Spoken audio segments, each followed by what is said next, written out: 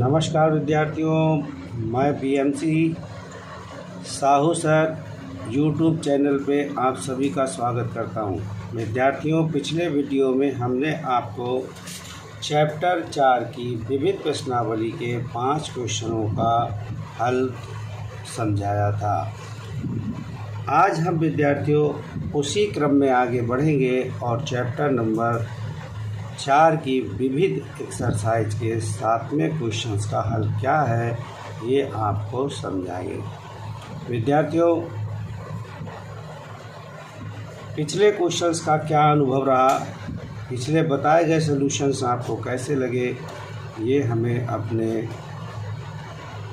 Comments box में जाकर बताएं। हमारे यूट्यूब चैनल में आपको पढ़ने में कैसा अनुभव होता है, ये बातें भी हमारे साथ शेयर करें। चलिए, इस समय हम सबसे पहले क्वेश्चन नंबर 7 के सॉल्यूशंस को जानेंगे कि आखिर 7 नंबर क्वेश्चन का क्या सॉल्यूशन है। उससे पहले हम ये जान लेंगे कि क्वेश्चन 7 है क्या। विद्यार्थियों, क्वेश्चन नंबर 7 में 2 सम्मिश्र संख्याएं, एक Z1 दूसरी Z2 हमको दिखाई गई है। संख्या Z1 का जो वैल्यू है वो 2 - i, संख्या Z2 की जो वैल्यू है -2 + i दी गई है और इसके 2 पार्ट बनाए गए हैं, एक रियल पार्ट है और एक इमेजिन पार्ट। रियल पार्ट में Z1 Z2 अपान Z1 बार का रियल पार्ट हमें निकालना है। Z1 Z2 अपान Z1 बार का रियल पार्ट हमें फाइंड करके देना है। विद्यार्थियों, जैसे कि अगर हम चाहेंगे तो प्रश्न को उतना ही आसानी तरीके से समझ सकते हैं। सबसे पहले आप ध्यान दें, हमारे पास Z1 Z2 है, मतलब हम भी Z1 Z2 का मल्टीप्लाई लिखेंगे। 2 - i -2 + i, यहाँ से माइनस कॉमन निकाल दें तो होल स्क्वायर हो जाएगा, या फिर ऐसे भी आप सीधे मल्टीप्लाई कर सकते हैं। जैसे 2 की multiply -4 + 2i + 2i - i² -4 + 4i। अब i² की वैल्यू लिखेंगे -1 तो प्लस हो जाएगा और -3 + 4i आपको ये वैल्यू प्राप्त होगी। अब विद्यार्थियों, हम Z1 का बार बना लेंगे, मतलब संयुग्मी, कॉम्प्लेक्स कॉन्जुगेट। Z1 का कॉन्जुगेट चाहिए। यहाँ पर आप देख रहे हैं 2 + 2 - i है, तो कॉन्जुगेट आपके पास 2 + i प्राप्त हो जाएगा। अब विद्यार्थियों, Z1 Z2 अपान Z1 बार, हम ऐसा क्यों कर रहे हैं? क्यों, हमारे पहले पार्ट की यही रिक्वायरमेंट है, यही इसमें मांगा गया है, इसलिए हम इसको बनाते हैं। अब आप विद्यार्थियों देख रहे हैं ये संख्या अपने स्टैंडर्ड फॉर्म में नहीं है, इसको स्टैंडर्ड फॉर्म में हमें चेंज करना होगा। उसके लिए आप क्या करें, -3 + 4i अपान 2 + i। अब इस संख्या के कॉन्जुगेट 2 - i और 2 - i से आप मल्टीप्लाई कर देंगे। इसकी मल्टीप्लाई विद्यार्थियों आपको मिलेगी 2 3 -6, 2 की 4 से मल्टीप्लाई आप करेंगे तो 8i, -i का -3 से मल्टीप्लाई करेंगे तो +3i, और -i की 4i से मल्टीप्लाई करेंगे तो -4i²। यहाँ पर आपको विद्यार्थियों 2² - i² प्राप्त हो जाएगा। आगे विद्यार्थियों, i² की हम यहाँ वैल्यू लिखेंगे जो कि -1 होगी, उससे ये +4 हो जाएगा। +4 -6 को सॉल्व करेंगे तो -2, 8 3 11i हो गया, 2 का वर्ग 4 हो गया, और i² की जब आप वैल्यू लिखेंगे तो वो -1 आ जाएगी। -1 से ये 5, इस तरह से -2 अपान 4 + 11 अपान 5i, ये हमें एक सम्मिश्र संख्या के रूप में प्राप्त हो जाएगा, जिससे इसकी वैल्यू आप देखें, वास्तविक भाग का जो मान है वो -2 अपान 5 है, और जो इमेजिन भाग है, ये भाग इमेजिन भाग कहलाता है, रियल भाग कहलाएगा इसका। तो आपसे जो मांगा गया है वो रियल भाग अगर देखेंगे तो Z1 Z2 और Z1 बार, वो आपका रियल पार्ट -2 अपान 5i प्राप्त होगा। इस तरह से विद्यार्थियों हम इस क्वेश्चन को सॉल्व कर लिए। जैसे कि इस प्रश्न में मांगता गया हम वही वर्क करते जाएंगे तो हमको इसका वैल्यू प्राप्त हो जाएगा।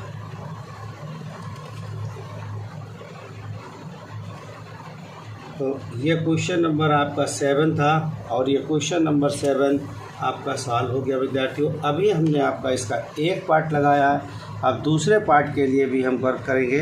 देखिए दूसरे पार्ट में जैसे इसके सेकेंड पार्ट में आप देख रहे हैं कि Z1 इंटू Z1 बार को निकालना है। तो Z1 आपके पास कितना है 2 माइनस आई, Z1 बार 2 प्लस आई। इससे वैल्यू बन जाएगी 2 का स्क्वायर माइनस आई का स्क्वायर और 2 का वर्ग आपके पास 4 हो जाएगा और ये आई जो मिलेगा ये कितना आ जाएगा +1। अब आप विद्यार्थियों देख रहे हैं कि इसकी वैल्यू 5 प्राप्त हो गई और जब आप इसे अपान में लिखेंगे Z1 Z बार अपान में तो 1/5 प्राप्त हो जाएगा और इसे 1/5 + 0 आई भी आप लिख सकते हैं। अब इसके किस पार्ट की बात करी गई, इमेजन पार्ट की बात करी गई और इसका इमेजन पार्ट आपको 0 प्राप्त हो जाएगा। इमेजन में यहाँ है नहीं, रियल पार्ट मिल रहा। तो जब हम इमेजन 1/Z1 इंटू Z1 बार देखेंगे तो वो आपको 0 आएगा। तो ये एक बेहद आसान सा क्वेश्चन 7 जो कि अभी हम लोगों ने सॉल्व किया, उसका सल्यूशन देखा विद्यार्थियों। अब हम बढ़ते हैं क्वेश्चन नंबर 8 की ओर।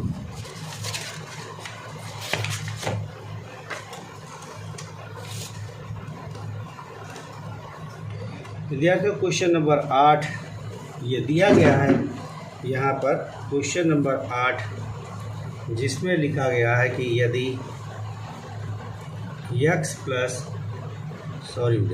x माइनस है यहाँ पर आई वाई और 3 + 5i कामा -6 -24i की संयुग्मी है तो वास्तविक संख्याएं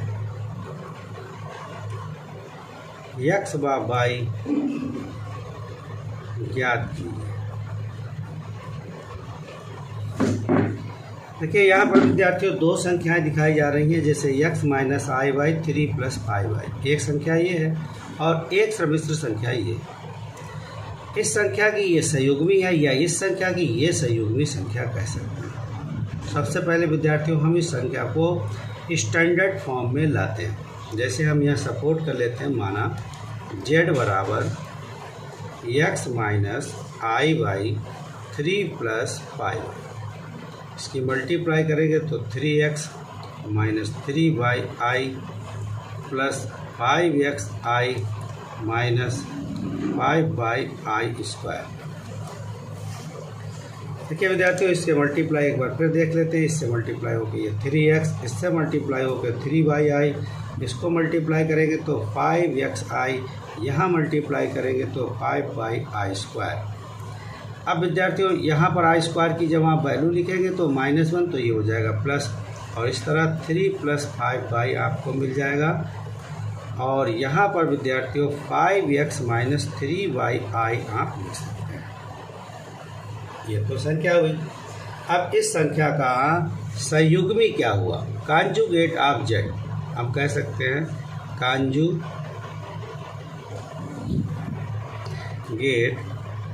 ऑफ z मतलब z बार। उसके लिए आ जाएगा 3x प्लस का 5y, यहाँ प्लस है तो यहाँ माइनस हो जाएगा 5x माइनस 3y i। और z बार यहाँ ऑलरेडी पहले से ही है जो कि -6 -24i है, ये गिवन है और ये आपने फाइंड किया है। तो गिवन वाले को फाइंड के साथ कंपेयर कर दें, इन दोनों पार्ट्स की तुलना कर लें, इन दोनों सम्मिश्र संख्या का कंपेयरिंग करेंगे तो हमें 3x प्लस 5y बराबर -6। इसको हम इक्वेशन 1 डाल देंगे और इससे कंपेयरिंग करेंगे तो आपको -5x माइनस 3y बराबर -24 मिलेगा, जिसमें माइनस कैंसिल कर दीजिए। 5x - 3y बराबर 24 और इसे क्वेश्चन नंबर 2 है। अब विद्यार्थियों जब हम इन दोनों इक्वेशंस को सॉल्व करेंगे तो हमको वैल्यू मिल जाएगी x और y। और इन इक्वेशंस को सॉल्व करने में दिक्कत ये है कि इनका कोई भी कोफिशिएंट मतलब x या y किसी का भी गुणांक आपस में बराबर नहीं है। यहाँ 5y है तो यहाँ 3y है, तो हमें इनके कोफिशिएंट्स को इक्वल करने के लिए हमें इक्वेशन 1 पर 3 से और इक्वेशन 2 पर 5 से मल्टीप्लाई करनी होगी। पहले हम इक्वेशन 1 को 3 से मल्टीप्लाई कर देते हैं, तो ये आ जाएगा 9x 15y माइनस का 18, इसे नया इक्वेशन नंबर दे देते हैं 3। अब इक्वेशन 2 को हम मल्टीप्लाई 5 से करते हैं, तो ये हो जाएगा 25 माइनस 15y, और इसको जब हम 5 से मल्टीप्लाई करेंगे तो ये मिल जाएगा आपका 120। 5 4 जा 20, 5 2 जा 10, 10 और 12 मैं कैरी प्लस कर दिया। अब विद्यार्थियों क्वेश्चन 3 और 4 है, इसको सॉल्व करना है। तो ये इक्वेशन कैसे सॉल्व करते हैं ये आपने क्लास 10th में भी पढ़ा होगा, हम भी रिपीट कर देते हैं। छोटी सी बात है, यहाँ पर अगर प्लस है और यहाँ माइनस है, मतलब दोनों साइन डिफरेंस हैं, दोनों साइन अलग अलग हैं, तो आपको प्लस करना होगा। तो क्वेश्चन 3 और 4 को हमें प्लस करना होगा या माइनस करना होगा, ये जानना है। अगर दोनों साइन सेम आते हैं तो माइनस करना होता है, और दोनों साइन अलग अलग होते हैं तो हमें प्लस करना होता है। इसलिए विद्यार्थियों 3 और 4 को हम प्लस कर देते हैं। ये आएगा 9x प्लस 15y बराबर -18, 25x, यहाँ x छूट गया, माइनस का 15y बराबर 120। जब आप प्लस करें तो ये कैंसिल हो जाएगा, और इसके साथ प्लस होके आपको मिल जाएगा 34x। यहाँ 120 है, 120 में से आपको 18 कम कर देना है, तो आपके पास मिलेगा 102। x की वैल्यू 102 अपॉन 34। अब इसे हमें कैंसिल कर दे, 2 से काटेंगे तो ये आपको 17 मिल जाएगा, और इसे काट दीजिए और फिर और कैंसिल हो जाएगा, और यहाँ पर x की वैल्यू आपके पास 3 आ जाएगी। अब इसी वैल्यू x बराबर 3 वैल्यू को इक्वेशन 1 2 3 4 किसी में भी रख लीजिए, y की वैल्यू आपको प्राप्त हो जाएगी। जैसे यहाँ हम लिख दे रहे हैं y इक्वेशन नंबर 1, तो ये है 3x प्लस का 5y माइनस 6। x की यहाँ वैल्यू लिखेंगे तो 9 प्लस 5y माइनस 6, 5y बराबर -15। इसे कैंसिल कर दीजिए तो y की वैल्यू -3, और हमारा आंसर आ गया x बराबर 3 और y बराबर -3। तो ये था क्वेश्चन नंबर विद्यार्थियों 8। इसमें क्या था कि एक सम्मिश्र संख्या थी और उसका संयुग्मी, दोनों चीज़ें थी। सम्मिश्र संख्या भी दी गई, उसकी संयुग्मी भी दी गई, संयुग्मी मतलब कॉन्जुगेट भी दी गई है। हमें यहाँ पर x और y जो वैल्यू फाइंड करनी है, क्योंकि सम्मिश्र संख्या में x y का यूज हुआ है, उसकी वैल्यू फाइंड करनी है। सबसे पहले हमने z को मतलब जो दी गई संख्या थी उसको स्टैंडर्ड फॉर्म में बदला, उसका संयुग्मी निकाला। संयुग्मी ऑलरेडी दिया हुआ भी था, उससे कंपेयरिंग कर ली, 2 इक्वेशंस बनी। उन इक्वेशंस को हमने सॉल्व किया, और इस तरह से x और y के 2 वास्तविक 2 रियल वैल्यू प्राप्त हो गई। x का मान आपको 3 और y की वैल्यू आपको -3 यहाँ पर फाइंड हुई है। अब हम विद्यार्थियों आगे चलेंगे, अगले क्वेश्चंस की बात करते हैं। तो अगला क्वेश्चन हमारा बनता है 9। ये सिंपल सा क्वेश्चन है, आप इसको एलसीएम लेके सॉल्व कर लीजिएगा विद्यार्थियों। अगर आपको कोई प्रॉब्लम होती है तो हमें कमेंट्स बॉक्स में आके बताएं, हम आपको उसका कुछ सोल्यूशन भी देंगे। इस समय हम पहुंचते हैं क्वेश्चन नंबर 10 पर। हम सॉल्व करते हैं क्वेश्चन नंबर 10। यहाँ दिया है यदि x plus i y cube बराबर u प्लस आई वी, तो दर्शाइए कि u upon x v upon y is equal to 4x² minus y square. मतलब ये एक वैल्यू दी गई है, एक इक्वेशन समिश्र संख्या के पदों में दी गई है, उसे सॉल्व करके ये एक प्रतिबंध हमको बना कर देना है।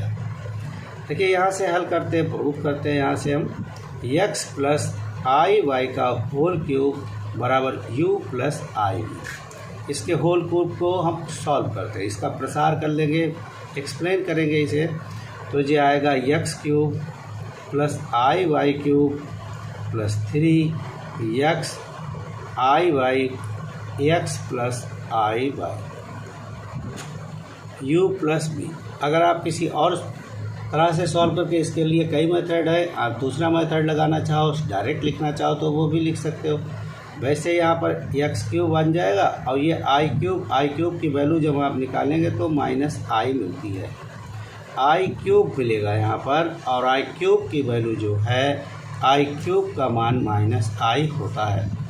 यहाँ पर मल्टीप्लाई करेंगे तो 3x by i x plus i y आपको मिलेगा और u प्लस आई बी। अब विद्यार्थी इसे अंदर मल्टीप्लाई कर दीजिए तो ये x cube minus i y cube, इसकी मल्टीप्लाई होकर हो जाएगा 3x² बाई आई, x से मल्टीप्लाई या x² बाई आई, प्लस यहाँ मल्टीप्लाई करेंगे तो 3x by square I square बराबर u plus i B. I square की फिर से यहाँ पर भी वैल्यू लिखेंगे तो जो कि -1 होगी। -1 जब आप इसे रख देंगे तो ये पार्ट रियल पार्ट हो जाएगा, रियल पार्ट को रियल पार्ट के साथ आप लिख लेंगे और आपके पास हो जाएगा x cube minus 3x y square. ध्यान रहे विद्यार्थियों, यहाँ आई स्क्वायर है, आई स्क्वायर की वैल्यू -1 होती है, तो यहाँ -1 जब आप लिखेंगे तो ये नेगेटिव हो जाएगा, उसके साथ इसे लिख लेंगे। बाकी के दो पदों में हमें आई कॉमन है तो हम आई निकालेंगे तो आ जाएगा 3x² Y minus Y cube, इसके साथ आई बाहर आ जाता है, u प्लस आई। कंपेयरिंग कर लीजिए, u बराबर x cube minus 3x y square, यहाँ x कॉमन हो जाएगा, x² minus 3y square u के नीचे x आ जाएगा और हमारे पास होगा x² minus 3y square. Equation number से हम बढ़ना है विद्यार्थियों। अगले नेक्स्ट स्टेप हम कंपेयरिंग करेंगे तो v बराबर 3x² by minus Y cube, यहाँ से y common, 3x² minus y square v, by v के अपान में भेज दीजिए, आपको मिलेगा 3x² माइनस वाई स्क्वायर। इसे इक्वेशन नंबर 2 डालिए। अब विद्यार्थियों हम इक्वेशन 1 और 2 को प्लस कर देंगे तो हमारे पास ux प्लस बी वाई, मतलब एक साइड मिल जाएगी। दूसरी साइड के लिए इन्हें भी प्लस कर लीजिए, x² minus 3y square plus 3x² minus y square. अब 3 + 1 आपको 4 मिल जाएगा, 4x², 3 - 1 तो माइनस का 4 यहाँ पर भी मिलेगा, 4 कॉमन आप निकाल लीजिए और आपका ये सवाल क्वेश्चन नंबर 10 भी हल हो जाएगा। क्या किया गया विद्यार्थियों, यहाँ एक इक्वेशन दी थी जो सम्मिश्र संख्या के टर्म्स में थी। सम्मिश्र संख्या मतलब कॉम्प्लेक्स नंबर के टर्म में थी। उस इक्वेशंस को हमने सॉल्व किया, करने के बाद उसके बराबर में जो दिया गया था उसके वास्तविक पदों की तुलना कर दी, काल्पनिक पदों की तुलना करेंगे आप। फिर यहाँ से x कॉमन निकाल के इसके अपान में, यहाँ से y कॉमन निकाल के अपान में भेज देंगे और जैसा कि क्वेश्चन कह रहा है, रिक्वायरमेंट है क्वेश्चन की, वैसे ही हम इसे प्लस कर देंगे और इस तरह से हमें क्वेश्चन नंबर 10 का सल्यूशन मिल जाएगा। तो ये विद्यार्थियों हमारा क्वेश्चन नंबर 10 सॉल्व हो गया। अब बात करते हैं क्वेश्चन नंबर 11 की। विद्यार्थियों क्वेश्चन नंबर 11 एक थोड़ा सा थ्योरम्स पर डिपेंड क्वेश्चन है, जिसकी वैल्यू पाने के लिए हमें क्वेश्चन को भली भांति, उसकी थ्योरम्स को भली भांति समझना होगा। आइए क्या है थ्योरम्स सम्मिश्र संख्या की ये जाने दें। हम क्वेश्चन नंबर अगर 11 को लगाना चाहते हैं विद्यार्थियों, तो हमें कुछ थ्योरम्स के माध्यम से ही इस क्वेश्चन को सॉल्व करना चाहिए। वैसे तो कुछ लोग अल्फ़ा और बीटा जो सम्मिश्र संख्याएँ इसमें दी गई हैं उनकी वैल्यू सपोर्ट करके लगा देते हैं, जो कि ठीक नहीं है, जो गलत है, क्योंकि सभी के माने हुए पद, सभी की मानी हुई सम्मिश्र संख्याएँ अलग हो जाएंगी और इस तरह से वो क्वेश्चन हमारे पास गलत होगा। तो विद्यार्थियों उसको इस तरह से ना लगाएं।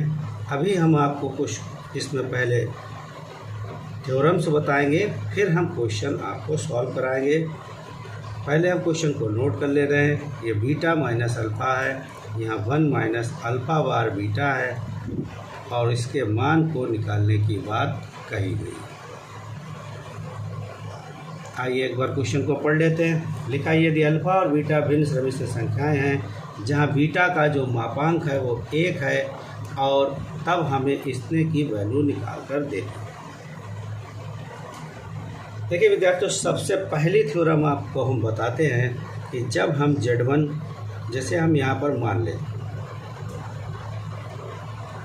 Z1 बराबर की x प्लस आई वाई है और Z2 बराबर हमारे पास a प्लस आई भी है। अब विद्यार्थियों हम Z1 Z2 का मल्टीप्लाई कर लें तो x plus i by a plus i b, value बनेगी ax i by a plus i x v plus i square b, तो ये आ जाएगा ax by b plus x v plus a by i. विद्यार्थियों अगर हम यहाँ पर Z1 का मान निकालते हैं तो क्या मिलेगा हमें, under root x square by square. अगर हम यहाँ Z2 का मान निकालते हैं तो हमें क्या मिलेगा, ए स्क्वायर प्लस बी स्क्वायर।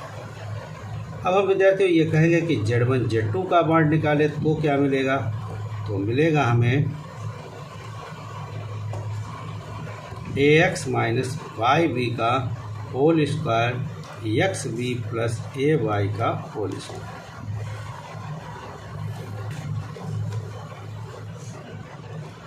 अब इस होल स्क्वायर को हम सॉल्व करते हैं विद्यार्थियों, तो ये आप ax स्क्वायर पाएंगे, बी वाई स्क्वायर पाएंगे minus 2ax b y. Next ये आ जाएगा b x square, x b को आगे पीछे लिखने से कोई फ़र्क नहीं पड़ता, ये मल्टीप्लाई के पद है, इतना लिख देंगे प्लस 2x बी और ए वाई। देखिए विद्यार्थियों ये बात जो है दोनों बराबर हैं, चिन्ह विपरीत हैं, इसलिए ये वाले क्या हो जाएंगे, कैंसिल। अब विद्यार्थियों पहले मतलब जिनमें एक्स स्क्वायर है उनको साथ में रख के कॉमन निकालें। ये विद्यार्थियों हमारे पास मिल जाएगा a square plus b square x square, और जब हम इनको साथ में रख के कॉमन निकालेंगे तो मिल जाएगा b square a square by square. ये पूरा पद निकाल लीजिए, तो विद्यार्थियों आपको मिलेगा x square by square a square b. जैसा कि हम जानते हैं विद्यार्थियों 2 गुणे 3 है तो इसकी मल्टीप्लाई 6 आएगी, और √2 √3 है तो भी मल्टीप्लाई √6 आएगी। √2 इंटू √3 और इसको अलग अलग लिख देने से भी कोई फ़र्क नहीं पड़ता। इस तरीके से इसे हम लिख सकते हैं एक्स स्क्वायर वाई स्क्वायर और अंडर रूट ए स्क्वायर बी स्क्वायर। तो विद्यार्थियों हम यहाँ देख रहे हैं कि Z1 Z2 की मल्टीप्लाई करके उसका जब मापांक निकाला जाता है तो वो उनके अलग अलग मापांकों के गुणनफल के बराबर आ रहा है। मतलब ये Z1 इंटू Z2 के अलग अलग मापांकों की गुणा के बराबर आ रहा है। इसी को हम या इसी प्रकार हम कह सकते हैं कि इसी प्रकार हम अगर Z1 Z2 Z3 dash dash Zn संख्याओं की गुणा करके उसका मापांक निकाले तो वो उन संख्याओं की अलग अलग मापांकों की गुणा के बराबर होगा। ठीक है विद्यार्थी, तो ये सम्मिश्र संख्या की एक थ्योरम बन गई, एक प्रमेय बन गई कि सम्मिश्र संख्या विभिन्न सम्मिश्र संख्याओं की गुणा का मापांक उनके अलग अलग मापांकों की गुणा के बराबर होता है। आप इसे एक थ्योरम के रूप में, एक प्रमेय के रूप में यूज कर सकते हैं। और क्या प्रमेय हो जाएगी आपकी कि विभिन्न सम्मिश्र संख्याओं की गुणा का मापांक उनके अलग अलग मापांकों की गुणा के बराबर होता है। इसी क्रम में हम विद्यार्थियों दूसरी बात जानेंगे, एक और सम्मिश्र संख्या की थ्योरम को जानने की कोशिश करेंगे।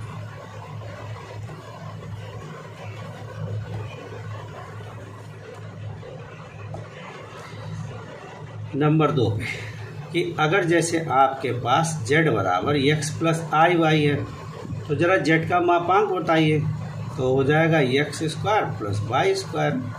अब z बार बना लीजिए, तो हो जाएगा x माइनस आई वाई। अब z बार का मापांक बनाइए, तो हो जाएगा x का स्क्वायर प्लस माइनस वाई का स्क्वायर, और फिर से आपको मिल जाएगा x स्क्वायर वाई स्क्वायर। मतलब क्या कह सकते हैं आप? अब आप ये कह सकते हैं कि सम्मिश्र संख्या का मापांक और उसके संयुग्मी का मापांक इक्वल होता है, अर्थात सम्मिश्र संख्या का मापांक उसके संयुग्मी के मापांक के बराबर होता है।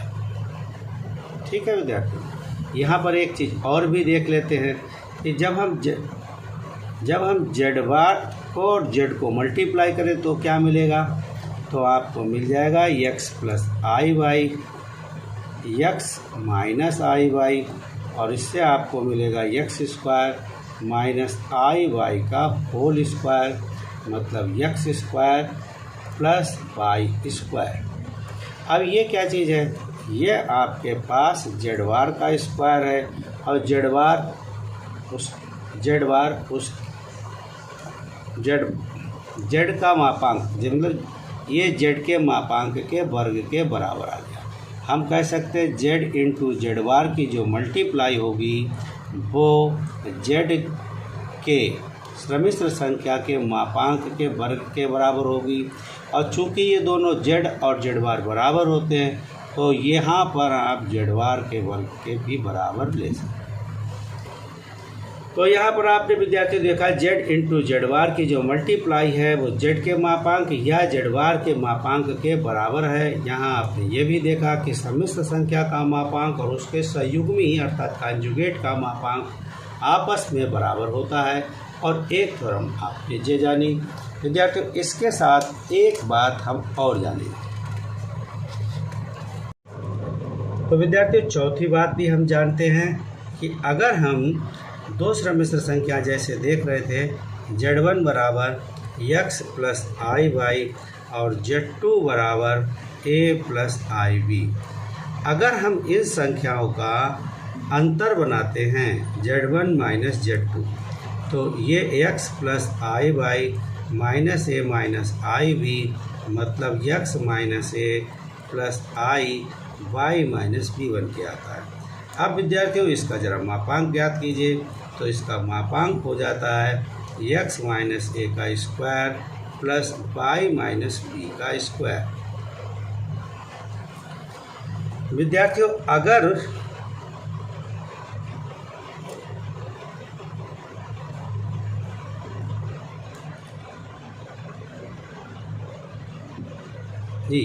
हम ये कह रहे थे दोनों संख्याओं को सॉल्व कर लिया, मतलब हमने z1 z2 बनाया, उनका माइनस कर लिया, तो इसका मापांक इतना आपको प्राप्त होता है। अब अगर हम z1 संख्या का संयुग्मी निकालते हैं तो x माइनस आई वाई आता है, और z2 संख्या का निकालते हैं तो a माइनस आई बी आपको मिलता है।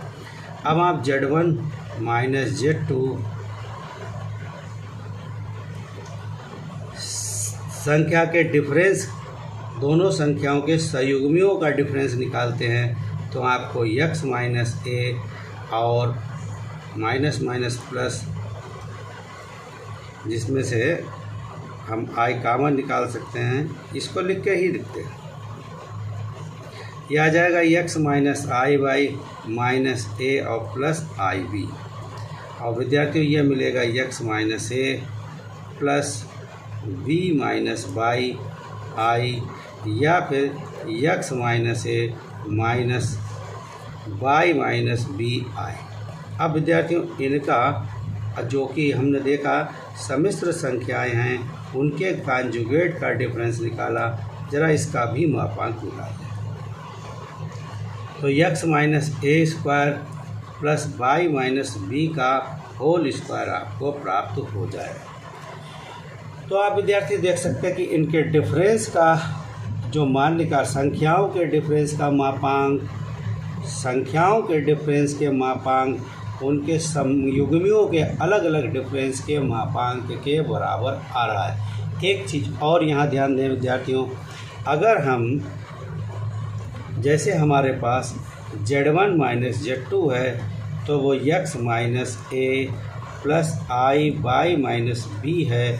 अब हम इन दोनों ये भी एक सम्मिश्र संख्या है, और अगर हम इसका संयुग्मी निकालेंगे तो x minus a minus i by minus b प्राप्त होगा। अब हम इस संख्या का मापांक बनाएंगे, तो ये मापांक आपको मिलेगा under root x minus a square plus y minus b square.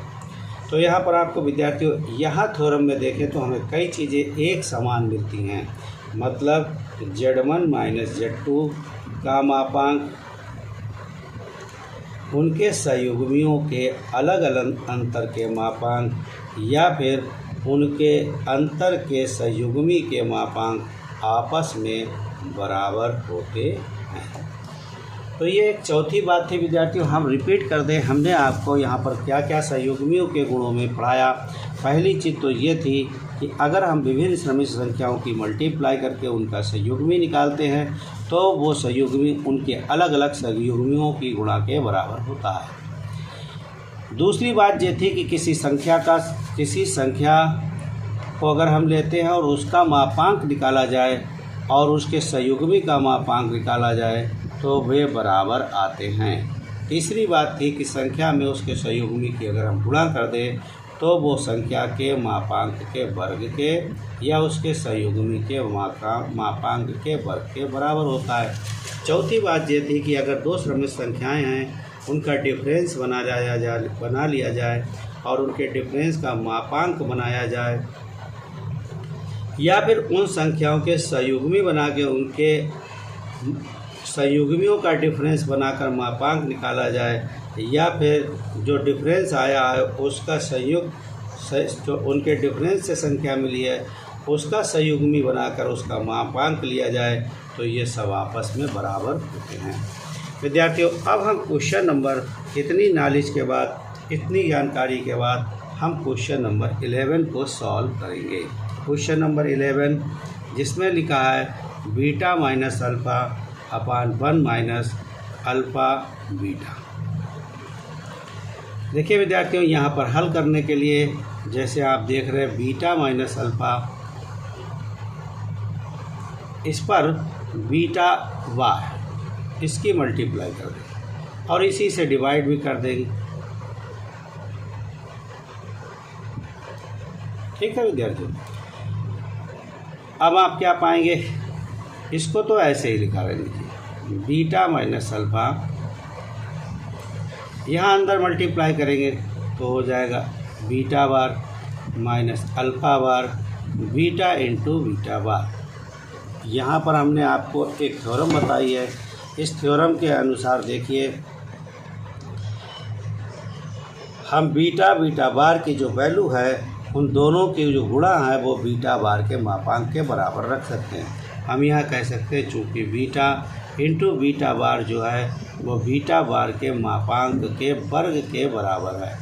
अब आप जानते हैं कि इसकी वैल्यू क्वेश्चंस में 1 दी गई है, इसलिए 1 का जब आप स्क्वायर करेंगे तो ये 1 आ जाएगा, और यहाँ पर आपको मिल जाएगा बीटा माइनस अल्फ़ा और बीटा बार, और यहाँ पर आप लिख सकते हो बीटा माइनस अल्फ़ा और इंटू 1। ये मापांक के अंदर ही रखना है हमें।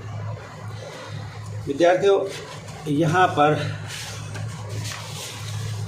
जैसा कि आप देख रहे हैं, विद्यार्थियों यहाँ पर जैसे आप देख रहे हैं कि ये दोनों अलग अलग संख्याओं का जो मापांक है वो उनके अंतर के मापांक के बराबर होता है। तो सबसे पहले हम ये मापांक को तोड़ लेंगे, जैसा कि हमने कुछ इसमें पहली स्थिति में बताया था। जैसे मल्टीप्लाई पर ये लागू होता है, वैसे ही ये डिवाइडेंट हो या कुछ भी हो संख्या, उस पर भी ये लागू होता है। मतलब हमारे कहने का ये है कि ये इस तरह से भी लिखा जा सकता है, मापांक beta minus alpha into beta bar. इसे भी अलग अलग करेंगे तो मापांक beta bar minus alpha bar, और ये तो पदार्थ का वन हो गया। अब विद्यार्थियों, आपको पता है कि सम्मिश्र संख्याएं अगर एक से ज़्यादा मल्टीप्लाई की गई हैं तो उन्हें अलग अलग मापांकों की गुणा के बराबर लिख सकते हैं। इसलिए आप मापांक beta minus alpha into beta bar के मापांक के बराबर लिखेंगे। यहाँ पर जो है वो बीटा बार अल्फ़ा बार का मापांक, ये विद्यार्थियों यहाँ हमने जाना था, इसलिए ये वाला चेंज हो जाएगा और इसे आप लिख सकते हैं बीटा माइनस अल्फ़ा, और यहाँ पर भी बीटा माइनस अल्फ़ा मिल जाएगा। और एक चीज़ और जानी थी कि हम बीटा का मापांक निकालें या फिर बीटा बार का मापांक निकालें, दोनों इक्वल होते हैं, तो यहाँ पर आप बीटा का मापांक भी ले सकते हैं। ये दोनों पर कैंसिल हो जाएंगे और किताब में आपकी दिया है बीटा का मापांक 1 है, तो ये हल होकर आपको वैल्यू 1 प्राप्त हो जाएगी। आइए एक बार फिर जानते हैं विद्यार्थियों क्या किया गया है इस क्वेश्चन के हल के लिए। ये क्वेश्चन है, इसका मान निकालना है, इसकी वैल्यू फाइंड करनी है। हमने यहाँ पर जो बीटा सम्मिश्र संख्या है उसके कांजुगेट से मल्टीप्लाई और डिवाइड किया गया है। जो यहाँ पर सम्मिश्र संख्या अल्फ़ा बीटा दी, उनमें से बीटा के कांजुगेट को लेकर मल्टीप्लाई और डिवाइड कर दिया। इस टर्म्स को हम अंदर ले जाते हैं तो इसकी जब 1 से मल्टीप्लाई होती है तो बीटा बार, इन दोनों की जब मल्टीप्लाई होती है तो अल्फ़ा और बीटा इंटू बीटा बार बनता है। आप जानते हैं विद्यार्थी, बीटा इंटू बीटा बार, अभी हमने थोड़ी ही देर पहले आपको पिछले पेज पर ये बात समझाई थी कि बीटा इंटू बीटा बार की जो वैल्यू है वो बीटा के मापांक के वर्ग के बराबर होगी, और इसका जो मान दिया गया है बीटा बार का वो हमारे इस क्वेश्चन के लिए 1 दिया गया है। हम यहाँ पर 1 रख लेंगे, 1 के स्क्वायर से 1 आ जाएगा। यहाँ पर वैल्यू को 1 रखने के बाद आपको ये पद प्राप्त होगा। सम्मिश्र संख्या अगर आपकी इस तरह से लिखी गई है Z1 Z2 और इस पर मापांक लगाया गया है, तो ये अलग अलग मापांकों में व्यक्त किया जा सकता है, इसलिए इन्हें हमने अलग अलग व्यक्त कर लिया विद्यार्थियों। अब आपको ये भी बताया गया था एक प्रमेय थ्योरम के माध्यम से हमने अपने अभी कुछ मिनट पहले ही आपको बताया कि इनको अलग अलग की गुणा में आप लिख सकते हैं, इसलिए ये अलग अलग गुणाओं में टूट गए।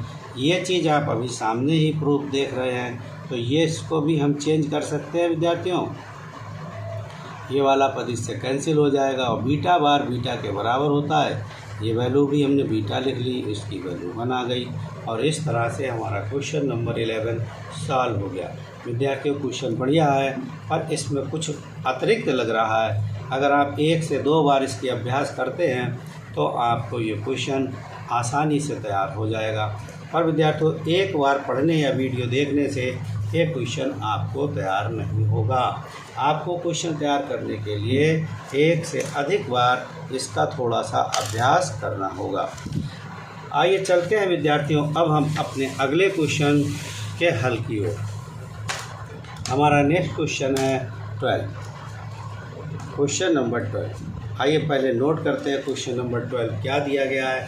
हमारी NCERT बुक चैप्टर नंबर 4 के मिसलिनियस में क्वेश्चन 12 को लिखा गया है कि समीकरण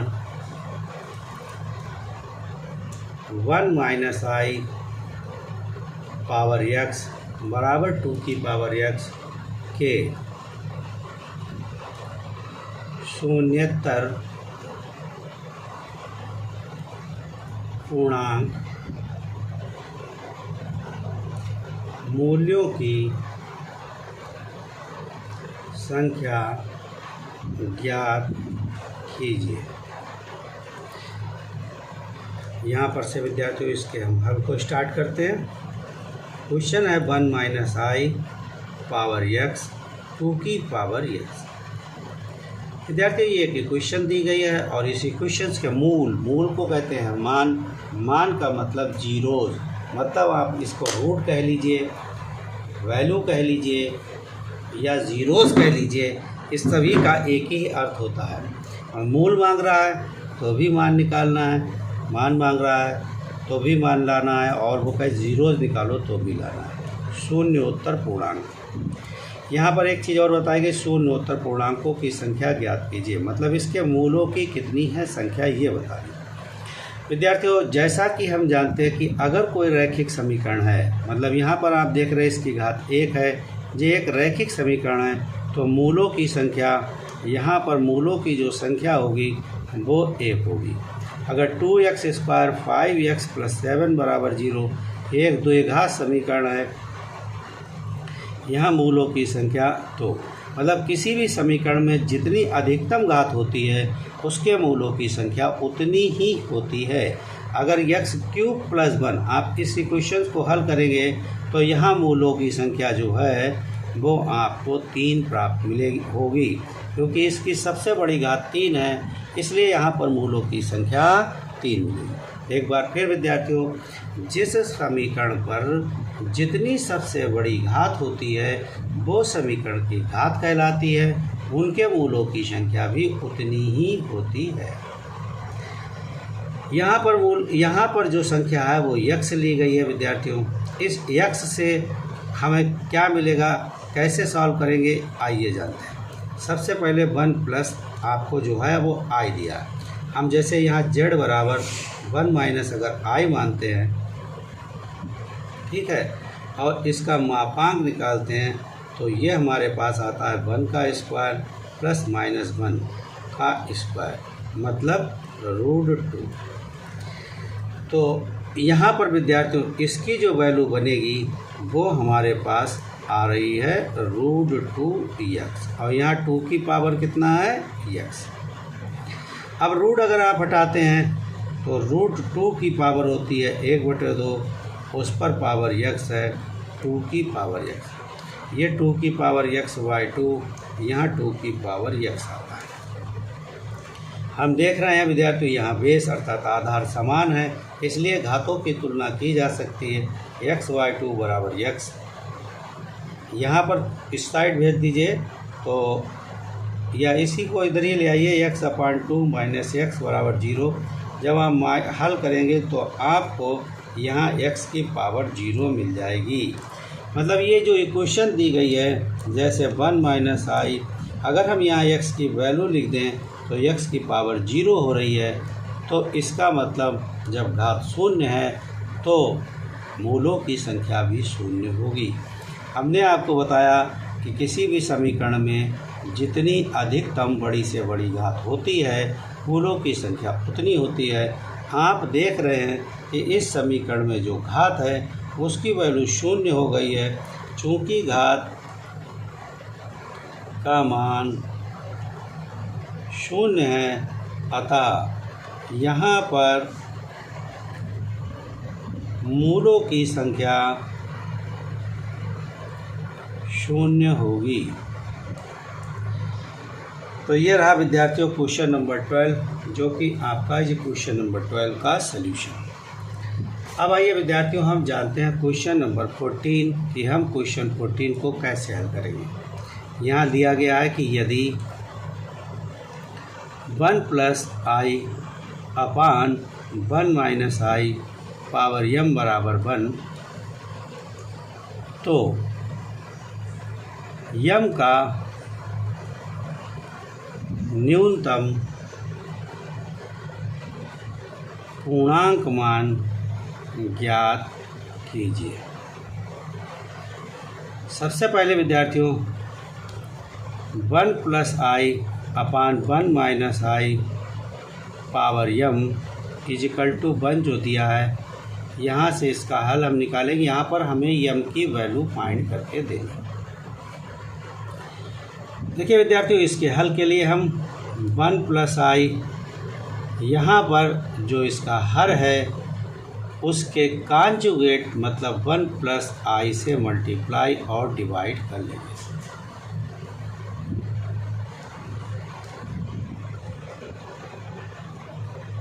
इस पर पावर कितनी लगाना है हमको, यम इजिकल टू 1।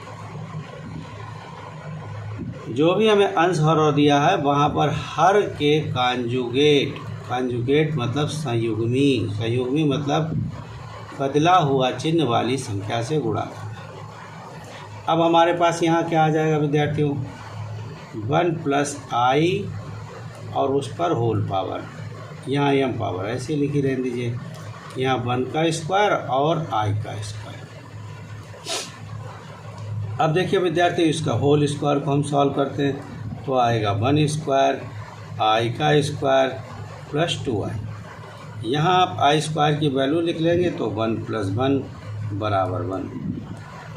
आई स्क्वायर की ये वैल्यू लिखेंगे तो 1 minus 1 plus 2i upon 2 equal to 1। Power छूट रही है, यहाँ पावर भी लगा ले, 2 कैंसिल, ये भी कैंसिल, और आई की पावर यम बराबर हमें बनाए। एक बार फिर देख लीजिए विद्यार्थियों, क्वेश्चन ये है हमारा। इसको हल करने के लिए हमने इसके हर के कॉन्जुगेट संख्या से इसके अंश और हर में मल्टीप्लाई कर दिया। जो भी हर दिया जाता है उसी की कॉन्जुगेट से मल्टीप्लाई और डिवाइड करते हैं अगर हम किसी इस तरह की भिन्नात्मक समित संख्या को हल कर रहे हो। ऊपर पद सेम थे, होल स्क्वायर, नीचे प्लस माइनस है इसलिए इसको इतना लिख सकते हैं। होल स्क्वायर सॉल्व कर दीजिए, प्रसार कर लीजिए उसका, तो 1 का square plus i square plus 2i। इसमें आई स्क्वायर की वैल्यू लिख दीजिए 1 प्लस आई 1.2 जो हो जाएगा, यहाँ -1 की वैल्यू लिखेंगे, कैंसिल, 2 से 2 भी कैंसिल कर दीजिए। अब आप आई की पावर यम बराबर 1। इस चैप्टर की शुरुआत में विद्यार्थियों हमने कुछ वैल्यू लिखी थी, जैसे आई स्क्वायर की वैल्यू -1 है तो आई क्यूब की वैल्यू -i है, आई की पावर 4 की वैल्यू 1 है तो आई की पावर 5 की वैल्यू i है। तो ये विद्यार्थियों 4 वैल्यू हम आप देख रहे हैं कि आई स्क्वायर की वैल्यू -1, आई क्यूब की वैल्यू आप बनाएंगे तो -i आ जाएगा, आई की पावर 4 की वैल्यू बनाएंगे तो 1 हो जाएगा, 5 की i। ऐसे ही आगे बढ़ेंगे तो आई की पावर 6 का मान फिर से -1, आई की पावर 7 का मान फिर -i मिलेगा, आई की पावर 8 की वैल्यू 1 आएगी, आई की पावर 9 की वैल्यू आपके पास आई आ जाएगी। अब विद्यार्थियों आई की पावर आप 10 निकालिए तो 10 की वैल्यू फिर -1,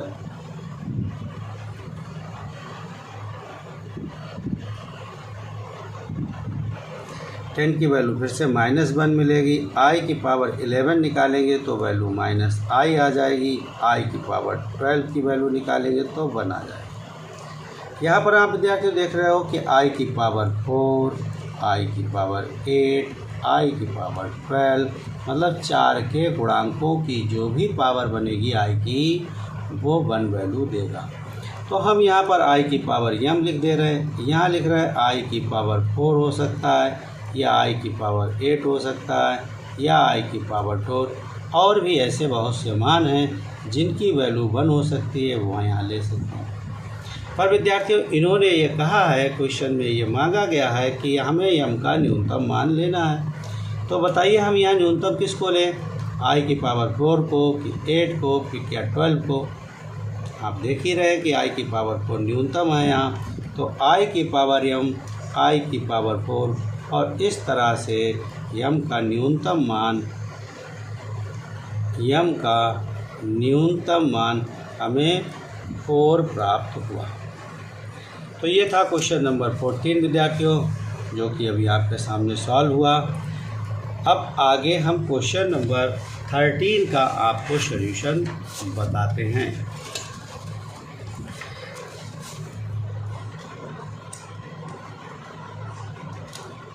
देखिए विद्यार्थियों, ये क्वेश्चन नंबर 13 है। इसमें लिखा गया है कि यदि a plus i b, c plus i d, e plus i f और जी प्लस आई एच बराबर a प्लस आई बी हो तो दर्शाइए कि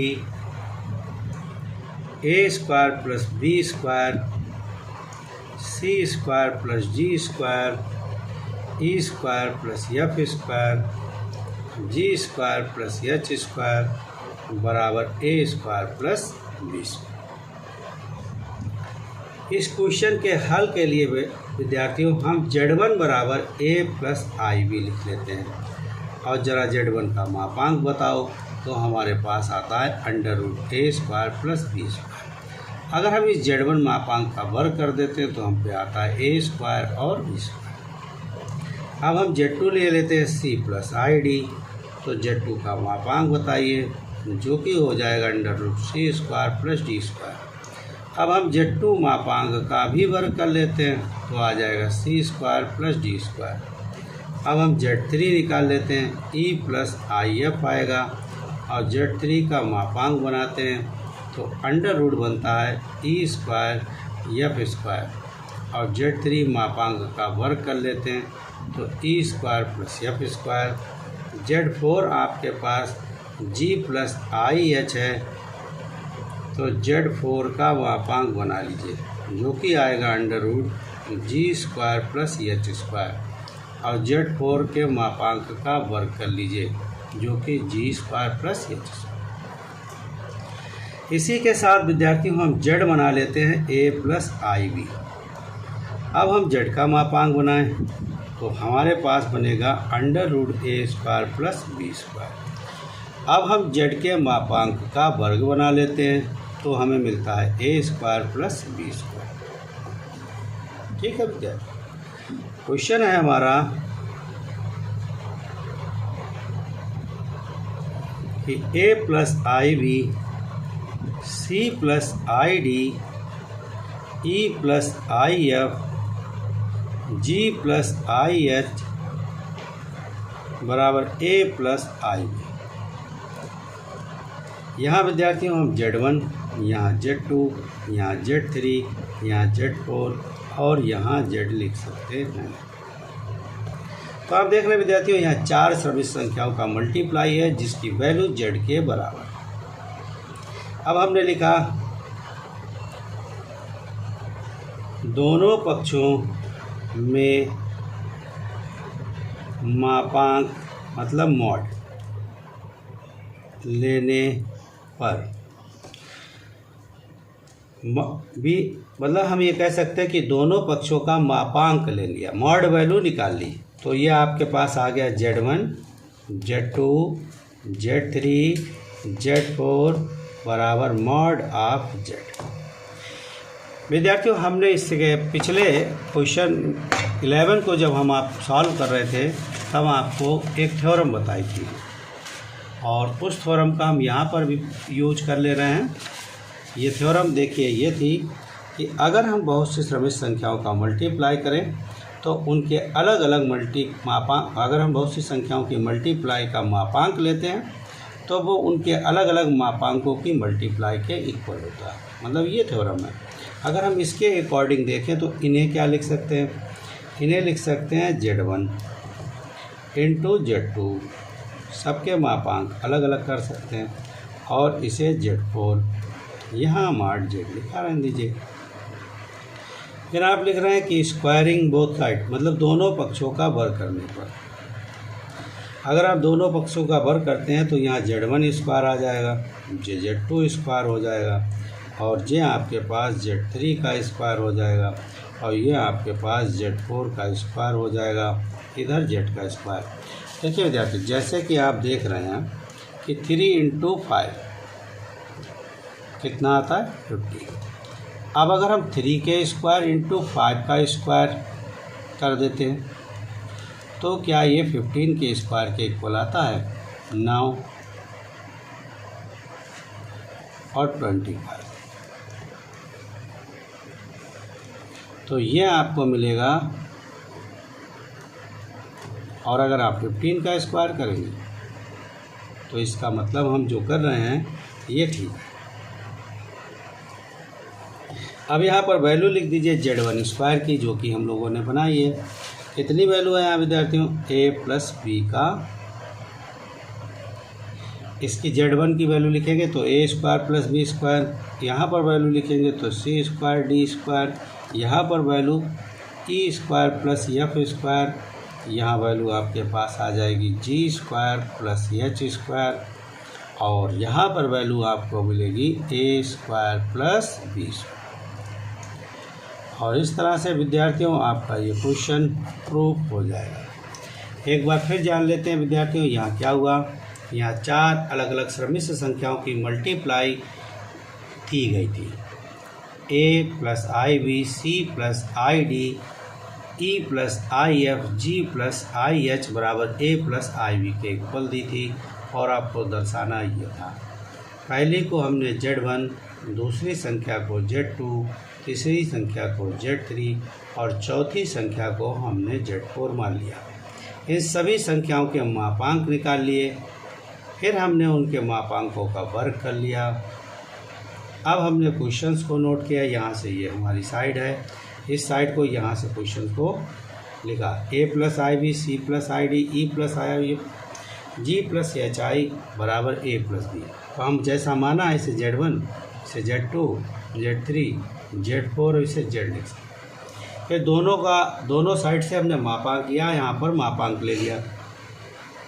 तो इस साइड मापांक लेंगे तो इतना बन जाएगा, इस साइड मापांक ये आ जाएगा। दोनों को इसमें एक थ्योरम लग सकती है, और ये अलग अलग संख्याओं के मापांकों की गुणा में कन्वर्ट हो गया। यहाँ Z ऐसे ही लिखा रहने दिए। इसकी जो वैल्यू लिखते, फिर उसके बाद हमने स्क्वायरिंग कर दी। वैल्यू लिखी हुई थी उसका स्क्वायर कर दीजिए, स्क्वायर करके उनका मान रख दीजिए, आपका क्वेश्चन 13 सॉल्व हो जाएगा। आज विद्यार्थियों हमने चैप्टर नंबर 4 आज आपका कंप्लीट हुआ। हमने विद्यार्थियों आपको चैप्टर नंबर 3 और 4 के वीडियो आपके साथ शेयर किए हैं। इनको पढ़कर आपको कैसा लगता है ये अपने कमेंट्स बॉक्स में हमें बताएं। हमारे YouTube चैनल को प्रमोट करने के लिए, हमारी YouTube चैनल को आगे बढ़ाने के लिए अपने विद्यार्थियों के साथ इस पर डिस्कस करें, उन्हें बताएं और उनसे भी हमारे चैनल को ज्वाइन करने के लिए कहें। विद्यार्थियों, हमें आपका मोटिवेशन मिलेगा। हम और अच्छी डीप नॉलेज के साथ आपको मैथ सिखाने की पूरी कोशिश करेंगे। हमारे YouTube चैनल का नाम है BMC साहू सर विद्या मैथमेटिक्स क्लास।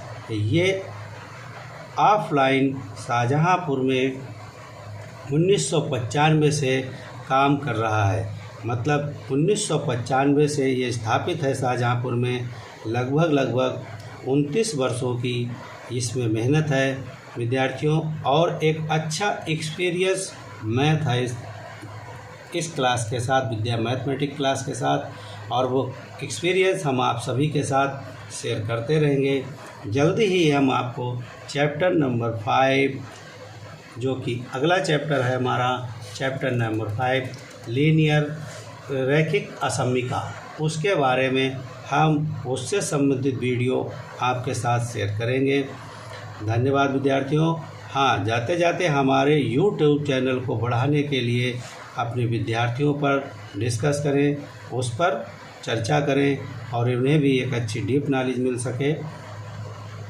इसलिए उनसे कहें कि इसे भी, इस चैनल को प्रमोट करें, उनके साथ और मित्रों के साथ भी शेयर करें। धन्यवाद।